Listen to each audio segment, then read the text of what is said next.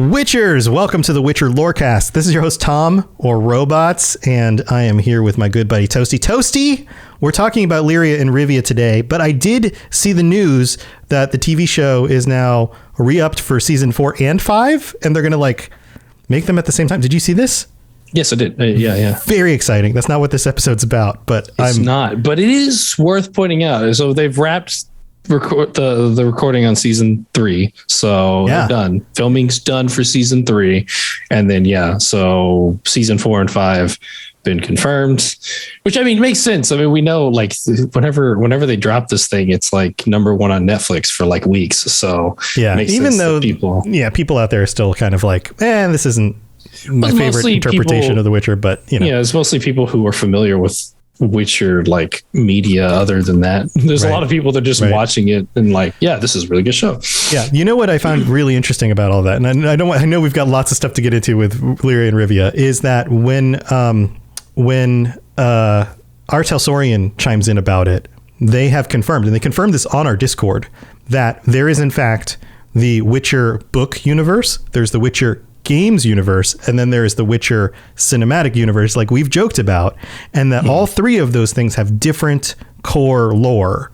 They are distinctly different, and they are not meant to overlap. So that makes sense to me. That's why we're seeing different things play out in the TV show than we are in the games or in the books, or even between the games and the books. Loosely connected, obviously, because of the fact that it is The Witcher, and then the games are a progression that takes place after the books, and then the show being based on the books and possibly the games. We don't know how far they're going with it, and the tabletop stuff, and how the tabletop stuff ties more to the video games than it does specifically the books or the TV show. They're all kind of siloed in their own ways. But anyway, welcome back to the show, everybody. We're digging into another location, actually 2 new locations, Lyria and Rivia. Toasty, where do we start off? So we start out with them separately. So Lyria was a small kingdom in the north that and by in the north as part of the northern kingdoms, but is one of the southernmost locations on the map of the northern kingdoms.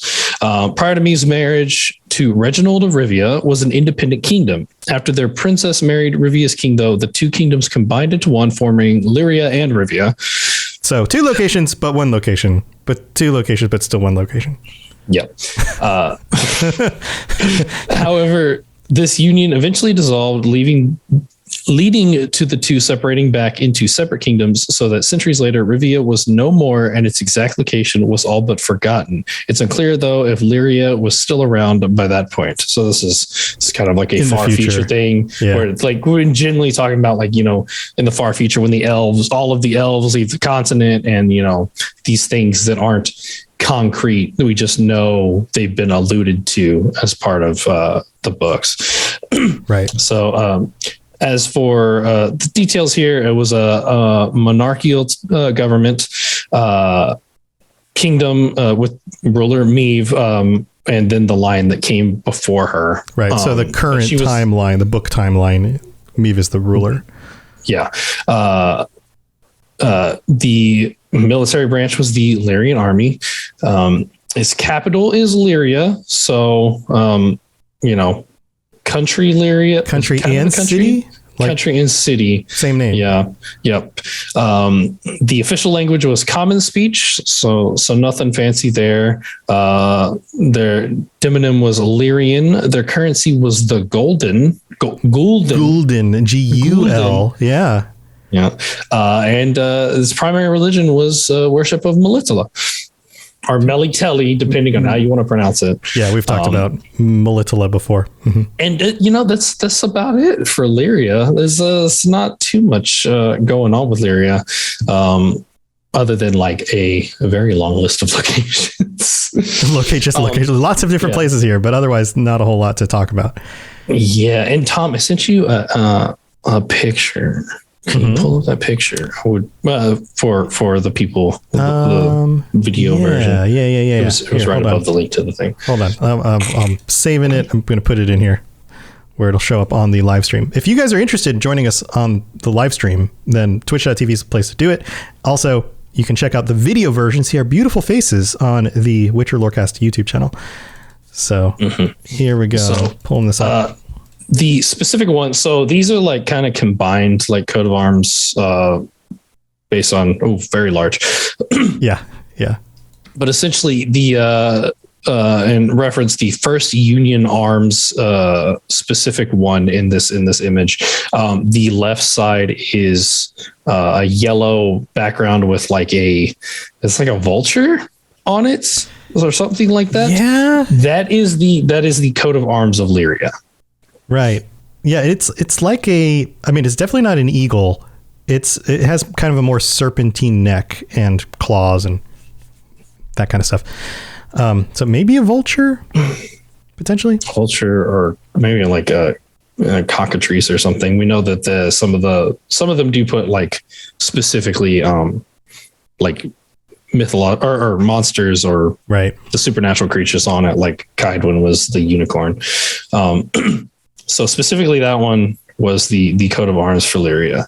And moving on to Rivia, it was a small kingdom in the Dol Angra Valley at the foot of the Mahakam Mountains. Which we talked about, yeah. Yep. Throughout history, it entered a personal union with its neighbor kingdom of Lyria about as many times as it fought a war with it.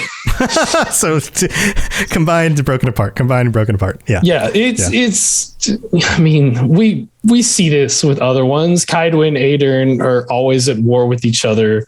War than peace, depending on the circumstance. So, when you're that close to each other, you both have land that you think is yours and then becomes contested. And then, everybody can point back to some point in the past where they owned that land. So it was ours, but it was ours. Yeah. So most of the a bit of history. Most of the ancestors of modern Rivia's inhabitants settled here in two waves. The first after the 6 Years' War in the 9th century, and the second in the 11th century. Both composed mainly of war refugees and opponents of Temerian and Cintran rulers. Until the 12th century, Rivia became one of two major powers in the region. In 1133, ruler of the second power, King Beric of Lyria, ascended Rivia's throne, creating the first union of both realms. It lasted no longer than one generation, as after his death, the kingdoms were inherited by two different heirs. Yeah. While Temeria was dealing with Falca's rebellion, Beric's Rivian heir expanded his realm with lands of Angrin and left bank Riverdale. The latter would switch its ruler a couple of times in the subsequent decades, making it disputable between Rivia, Sintra, Temeria, and Sodom. Sorry, they put the Sintra in the middle of Rivia and Temeria. You just want to add an I there for some reason. Press the button. Just press the damn button. Yeah, I did. Okay. Yeah. I didn't hear it this time, so I don't know. Maybe it's not coming through for you this time. I don't know. But yes, I pushed the button. Apart from the conflicts, there were also arranged marriages with the Temerians. Rivian Prince Hugo married Queen Bienvenue of Temeria, and the Temerian noble family of Delin intermarried into the main branch of the Rivian dynasty, bringing its ancestral sword into the royal tapestries. This sounds very much like European history, where you have like the intermarriage between all the different kingdoms and then claims of land and all of the messiness that entails. Yeah. In the first half of the 13th century, King Reginald of Rivia married Lyrian Princess Meve, joining the two kingdoms one more time. In 1258, Rivia faced a rebellion led by the Broussard family. The king's forces decimated almost all Broussards, but he died shortly later. In 1259, the throne was ceded to his wife, who continued to rule the kingdoms until the Northern Wars and longer. In 1268, after the Second Northern War, the capital city of Rivia was a place of infamous pogrom against non-humans. Wonderful. Like so many other places on the continent. So many other places. Yeah. So specifically for reference, in the books, not to, a spoiler alert for the books if you haven't read them, but Geralt's with his traveling band in one of the later novels does meet Queen Meve, and they are fighting I can't remember. I think it's the Pontar. They're fighting like across a bridge on like the Pontar River. And Geralt steps in because I think one of the companions he was with went into labor, and they were currently in the middle of a battle. So he steps in to fight off the Nilfgaardians because he's he can't. He's trying to make it safe for her to give for the person in labor. And because of his efforts, this was the funny part, because he was Geralt of Rivia, but he just chose that was his chosen name, right? And then because of his help, Queen Maeve actually knights him as a Knight of Rivia. He's not even from the place. Yeah. Yep. So he becomes Geralt of Rivia officially. Sir Geralt of Rivia. And then in the show, during the final episode of season 2, we see kind of the council with Foltest and the Redanian king. And then there's a woman that is not Tasaya. That is Queen Maeve. Yes. Yeah. So I believe she's the only other woman among the rulers, right? I think she is the only woman among the rulers, right? Because Tasaya is just like a mage, and she kind of called them together, at least in that timeline. Right. The rest of them are all kings. She's the one queen in that circle. Yep. So several centuries later, when the 13th century was considered antiquity and the location of Rivia was forgotten, its coat of arms was still remembered. So it's like all these areas get wiped out, right? Like the Nilfgaardians kind of take them over, and then they're no longer their own zones, I would assume. Yeah, basically. Yeah. But basically we get this story of like 3 centuries plus of just continued questing and warfare, trying to claim this land and intermarry it and all of that stuff, until eventually it's just kind of forgotten. So, again, for the coat of arms of Rivia is specifically what is called red lozenges. So about red diamond shapes, multiple red diamond shapes on a white background. They appear in the kingdom's coat of arms, as well as in the coat of arms of several respectable Rivian knightly houses. So there's like knight houses that use the lozenges as part of theirs as well. And you can see them up on the screen. They're like these red diamond shapes. Yeah. And it is later on incorporated into the coat of arms for Lyria and Rivia, like the unionized one, alongside, it is an eagle, the Lyrian eagle and Rivian lions. That is an ugly eagle.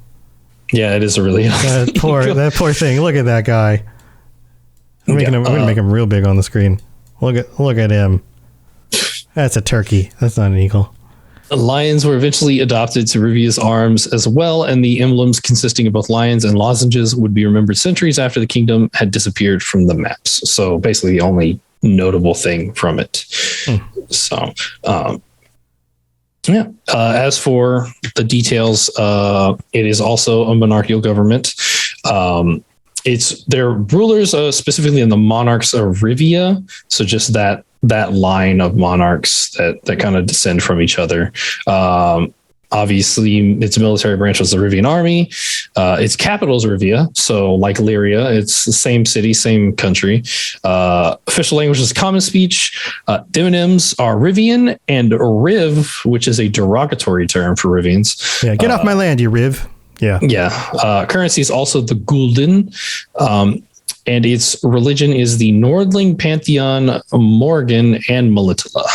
So more diversity there from a religious standpoint. Yeah. Interesting stuff. All right. Well, that's the overview. I'm sure we're getting into a little bit more details, though, on the second half of the episode. Where are we going next after the mid-break? Talking about the combination of Lyria and Rivia together. Cool. And all right. Well, let's go thank our patrons. We'll be right back. Don't go anywhere. Very well. Let us get this over with. Something has infested my vineyard. Mm-hmm. Great. Let me go prepare my something oil then. All right, we're back. This is the middle of the episode. This is where we get to thank our patrons, the people who get to make this a thing that we do regularly. So thank you very much. And we have 4 brand new patrons in just the last week. Wezix, WEEZZX. I don't know if I thanked you already or if that was from another show. I think you may have actually been a patron on multiple shows, but you came in right a week ago when we were doing the episode, so I'm not sure if we noticed that yet or not, but maybe you'll get a double welcome. And then we have Kent L. Crow of Valen's back. Crow, welcome back. Woo-hoo! And Rob the Princess signed up as a tier 4 patron. So both Crow and Rob are going to be able to join us at the chat at the end of this month. And so guys, be thinking about what you want to talk about. Let us know on the Discord, and make sure if you are signing up on the Patreon, I get this question a lot. People jump in the Discord and be like, hey, I'm a patron, and I'll notice that their name isn't the color of somebody with the role of being a patron. If you sign up, make sure that you connect the accounts. I believe it's Patreon's supposed to send out a message when you sign up saying like, here's all the info, here's a link on how to connect your accounts, but just go make sure you do that so you get the right roles, so you see all the hidden channels and all of that stuff. So go check that out. Also, we got to thank all 18 of our current patrons. We're up to 18, and our two higher vampires, Ben of Temeria, who's in chat with us. Hey, Ben. And Jared M. Thank you so much to both of you and everybody else who supports the show. We really appreciate it. We don't have any new reviews or ratings I'm sure we have some new ratings. We don't have any new reviews with words to read out, but if you do decide to leave a review on Apple Podcasts with words and give us a 5-star rating, we'll read out your stuff on a future episode of the show. Also, Spotify is a great place to do that as well. And otherwise, if you want to help us out, just tell your friends. Find other people who love The Witcher and say, hey, go check out this podcast. 299 ratings on Spotify. 299. Go give us a rating, please. Yeah, you could be rating 300. That's amazing. So thank you to everybody for the support. We couldn't do this without you guys. All right, let's move on with the rest of the show. You smell of death and destiny, heroics and heartbreak. It's onion. Right, yeah. So would you say that Lyria and Rivia were stronger together? It seems like there's a lot to talk about for this part of the episode. Yeah. There's a lot of detail here.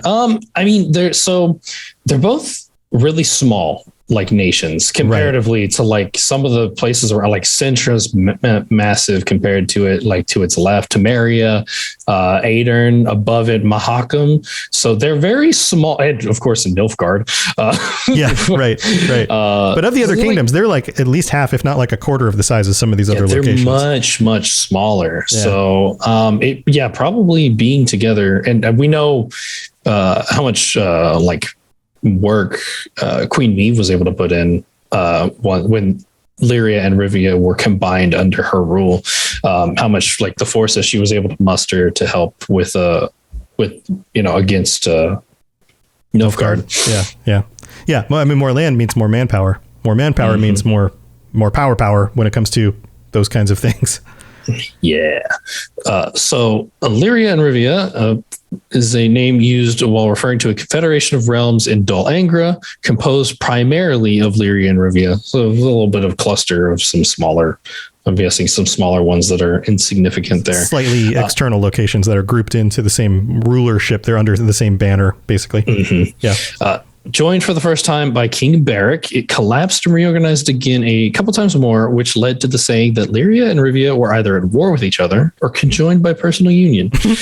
Right. There's no in between. It's either we're together or we hate each other. Mm-hmm. It's like you and me. We hate each other, but we do the show together.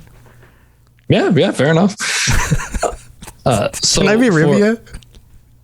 If you want. Okay.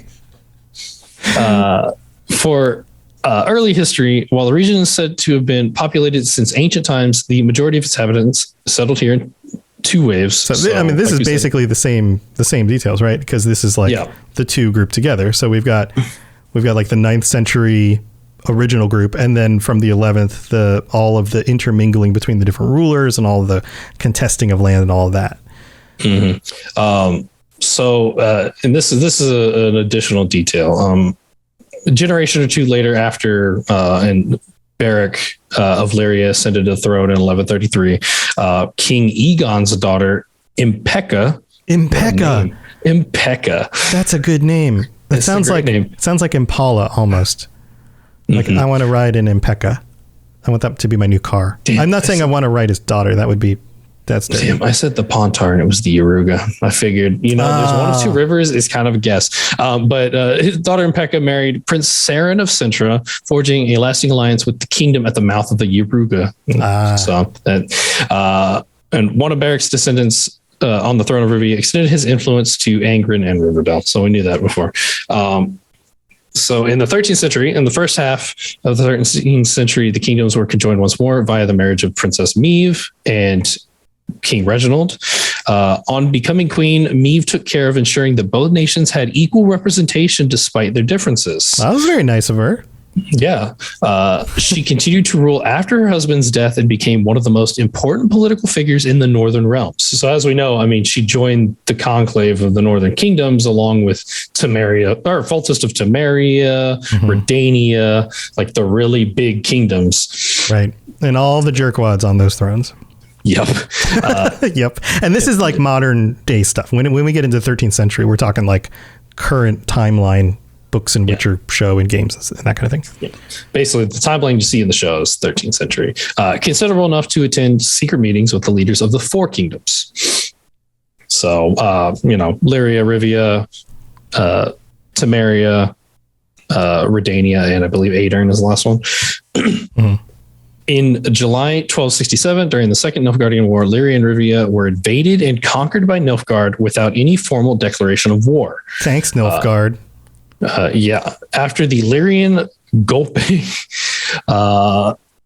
I'm not sure what that word means. But I'm assuming that's Golp. Probably that one of those fancy terms for like. Like there's no dictionary definition for this in Google. It's probably some old English word. You keep going. I'll see if I can find it. After the Lyrian Golpe, Meve fled and continued warfare in Aedirn and Engren. The kingdom was finally liberated sometime around the Battle of Brinna or shortly beforehand. Okay, so in Spanish, it's the word for blow, but it also can mean coup.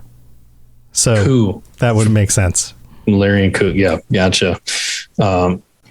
And yeah, like we said, several centuries later, like the far future, Rivia is forgotten, but their coat of arms remains. So, as for the national anthem of the coat of arms, it's gone through many changes, which you've seen. Big old turkey. They showed a turkey with lozenges.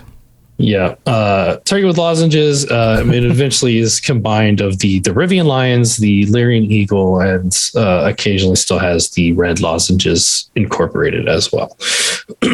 Yeah. Cool. I like that kind of detail stuff because it's another one of those things that happens in the real world.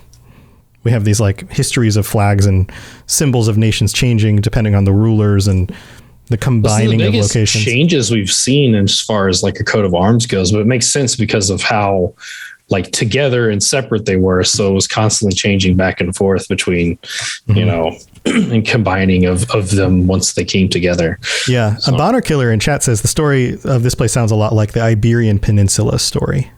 I'm not super familiar with the Iberian Peninsula. That's like Spain and Portugal, right?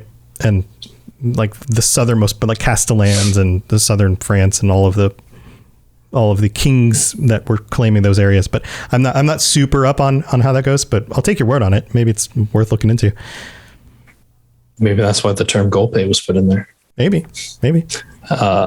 As for geography and climate, the realm is adjacent to the Yaruga River and is crossed by the Dol Angra Valley.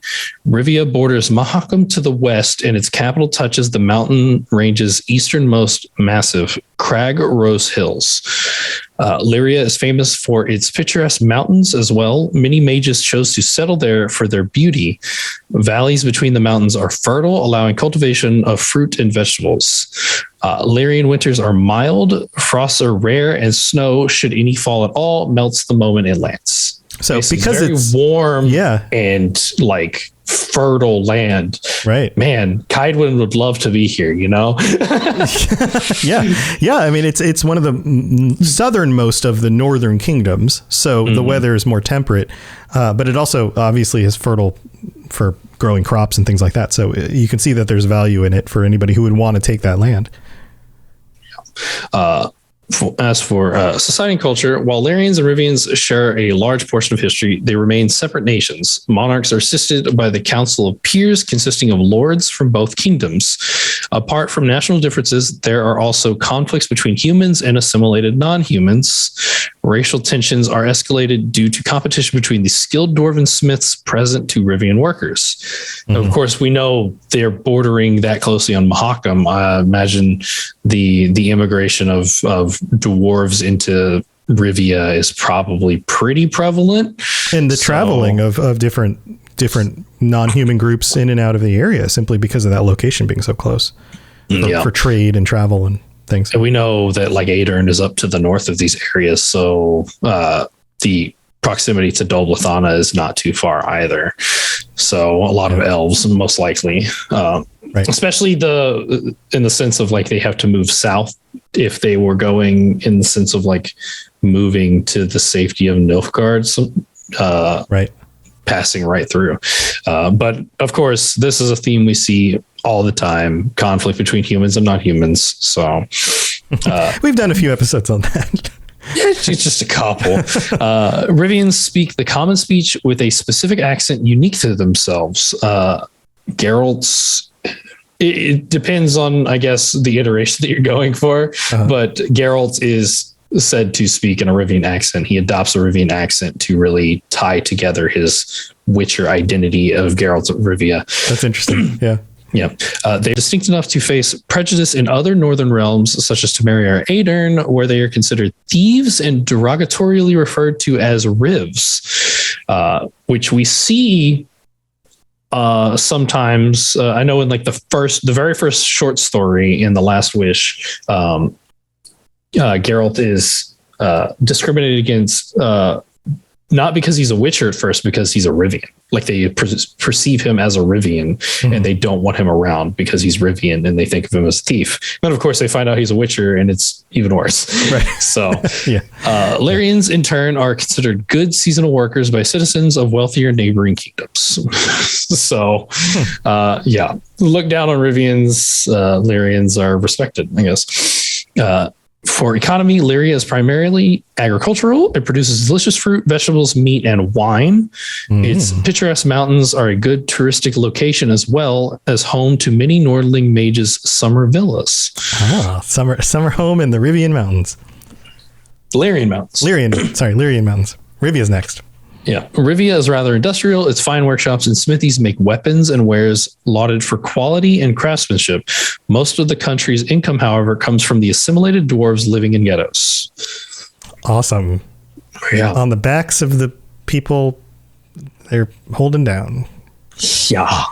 And as for a military, Rivians and Lyrians are considered one of the finest crossbowmen in the continent. This is an interesting detail. Yeah. The Lyrian army forms a professional military force of Lyria and Rivia, led by its monarch and selected knighthood. It's a professional and valiant force with quality full-plate armor and strong horses for its knights, as well as adequate training and equipment for regulars. Though in hard times, they recruit bandits, renegades, and other outlaws from Angren and Riverdale to expand its might as much as possible and start guerrilla war in Dol Angra forests. Nice. So they got to do what you got to do, I guess. Yeah. I mean, it's a common theme with like large militaries, and they don't have enough forces to recruit like mercs or like militia forces from something else. The army also doesn't refrain from taking in dwarves and donning them in white tunics decorated with red lozenges of Rivia. However, probably the most notorious regiments consist of Lyrian Arballists who shot better than any other. Arbalists. I can read. Arbalists. Words is hard. Yeah. Yeah. So that's kind of cool that they actually bring the dwarves into their military, but I would assume it's because they just benefit from using them again in another way, right? I mean, like, in the sense of like, because we know dwarves are like valiant fighters, but I imagine it's really beneficial to like put dwarves like kind of on the back, and because obviously in war, you take a lot of damage to armor, weapons, stuff like that. Like when you're fighting, and with them being the best smiths, the repairs that they could make to your stuff or like crafting things quickly is probably like super beneficial as well. Yeah. Also, an arbalist is a late stage crossbow. It's like a very large, powerful crossbow. So yeah, which, like I said before, they have some of the best crossbowmen in the Northern Kingdoms. Yeah. Prior to the start of the second Northern Nilfgaardian War, Lyria and Aedirn had a combined army of approximately 35,000 soldiers. That's pretty solid for the small size of the two locations. When the war began with Nilfgaard's invasion, they were only able to raise about 13,000, including 3,000 cavalry, which, I mean, cavalry unit counts as like 2.5 times a foot soldier. So sure. Mounted horseback combat is way more effective than standing on the ground. If you watch Lord of the Rings, Return of the King, yes. Yeah, you're right. It may seem ridiculous, but cavalry is ridiculous. They can actually run through things like that pretty easily. In the early days of the invasion, a fifth of these forces were cut off in forts and fortresses. Part of the remaining troop had been withdrawn to defend the wing against light cavalry in Scoia'tael. The remaining army, about 6,000 soldiers that included 1,200 knights, was beaten in the first battle of Aldersburg. The state of the armed forces of Lyria and Rivia after the war may be determined at approximately 8,000 infantrymen who fought as a diversionary force during the last war with Nilfgaard. So really kind of cut down from those early numbers. Yep. In 1267, when the Second Nilfgaardian War broke out, Queen Maeve's forces were the first to cross swords with the Nilfgaardian army at Gleviksingen. Jeez, what a word. Gleviksingen, Scala, and Spala. In the beginning, the kingdoms of Aedirn and Lyria only managed to mobilize 3,000 horse and 10,000 foot, so 3,000 cavalry, 10,000 foot soldiers, of which 1/5 had already been blockaded in the first days of the invasion, cut off in its forts and strongholds. Part of the remaining army had to withdraw to protect its flanks, like from cavalry and Scoia'tael. The remaining 500 or 600 soldiers, including no more than 1,200 knights, were beaten in Aldersburg. Oh God. Though Demimin was forced to flee to Redania, Queen Maeve wasted no time and assembled a new partisan army, bravely leading partisans from the whole area as the White Queen into clashes like the battle up for the bridge on the Yaruga. So the battle I mentioned before that Geralt and his troop got involved in was that battle. After the Battle of Brenna, when the war turned against the Nilfgaardian army, the Nilfgaardian Empire, her army got to liberate the domains along with the Caedwini army and restored forces of Aedirn. So this is kind of off topic slightly. Reading the word cavalry, it made me think Henry Cavill. Do you think his last name and cavalry have the same root and they both mean horse? Is he Henry Horse? I don't think so. It's spelled differently. It's spelled cavalry is Caval and then Calvary. No, it's Cava. Cavalry? Is it Cavalry? Cal? I never get that right. Calvary is the biblical location, like the where Jesus died. Oh, okay. Cavalry. Cavill. For Cavill. Henry Vill. Yeah, it's different. It's probably not the same. I want him to be Henry Horse. You want him to be Henry because Horse? It's funny. Wow. Name origin. I'm going to find out. Now we're going to find out. Okay. The surname Cavill is a diminutive of the old French words chauf and cough, which means bald. There you go. Okay. All right. So because cavalry, I'm sure, is a French word also, right? Cavalry word origin. Hang out with us, friends. We're doing some fun stuff. It comes from Latin into Italian and then French. Calviere. Horse means horse. Yeah. Right. That was my assumption. It means horse. Yeah. Okay. Well. So no, he's Henry Bald. Henry Bald. Not Henry. That's still funny. Henry Bald. We should. Never mind. That's terrible. Made a terrible decision. He has a wonderful head of hair, though. On the very slim chance we could have had him. He would never come on this podcast now. He won't hear this one. It'll be fine. Well, man, this interesting, like, dynamic, detailed accounts of stuff compared to some of the other places that we've learned about so far. They have being like the front line of the war. Yeah, they got a lot going on, and plus just that rich history of like going back and forth between Union and war with each other. Yeah. So it's a lot of development there between them. Right. So. Right. Well, that's cool stuff. I don't have too much else to say about this. Do you know where we're going next week? You got a sense of this yet? We've got. Let's talk about Queen Meve. Okay, so Queen Meve coming up next week on the 19th. We'll be back on Monday night again. Hopefully, your AC is fixed. Your AC will continue to work. I got an entirely new AC. God, that's not cheap. The entire thing. I'm so sorry. No, I didn't pay for it. Oh, that's good. The apartment paid for it. Oh, that's good. Because it broke, and that's their job. So they bought me an entirely new AC unit. Awesome. That's why you're paying. That's why you're paying. He told me I'm gonna have to use super. Or use like a double blankets at night because it works so good or something. That's so good. That's good. Nice. Yeah, nice and cool. So that'll be the 19th. We'll be back with Queen Meve Monday night. Come join us, twitch.tv/robotsradio. And then the 26th is the last Monday of the month. That's our patron episode. So let us know what you would like to discuss, patrons. We'll get in on that. And that's what we got coming up. You got anything else going on, Toasty? Follow us on Twitter at the Witcher Lorecast, and check out the Cyberpunk 'D podcast, where I play. It's Cyberpunk Red actual play that I am a player in with the Fumbling for an Almighty Crit Gang. Nice. So, yeah, those guys are a lot of fun. Mm-hmm. Yeah, go check that out. I was streaming earlier today. I've been playing Cyberpunk again since the new patch came out. That game is a ton of fun. I've been accidentally running people over on a motorcycle.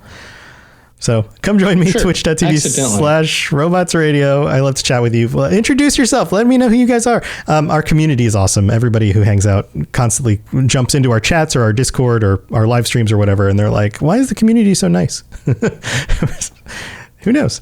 Well, I do know. It's because you guys are awesome. So if you're awesome, come hang out. It's the right place for you. If you're awesome. If you're not awesome, don't come around. If you're a total jerkbag, then yeah, go somewhere else. There's plenty of places on the internet for douchebags to go hang out. So go do that.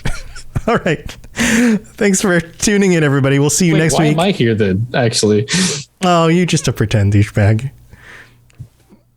He's narrowing his eyes. Are you sure about that? So until next time, stay safe on the path. We'll see you guys later. Bye, everybody. Thanks for tuning into the Witcher Lorecast. We'd love to hear about your experiences with the games and the books and the TV series and all your thoughts on everything. Please check out the Robots Radio Discord and follow us on Twitter at Witcher Lorecast. You've been listening to a Robots Radio podcast. Smart shows for interesting people. Check out all the shows at robotsradio.net.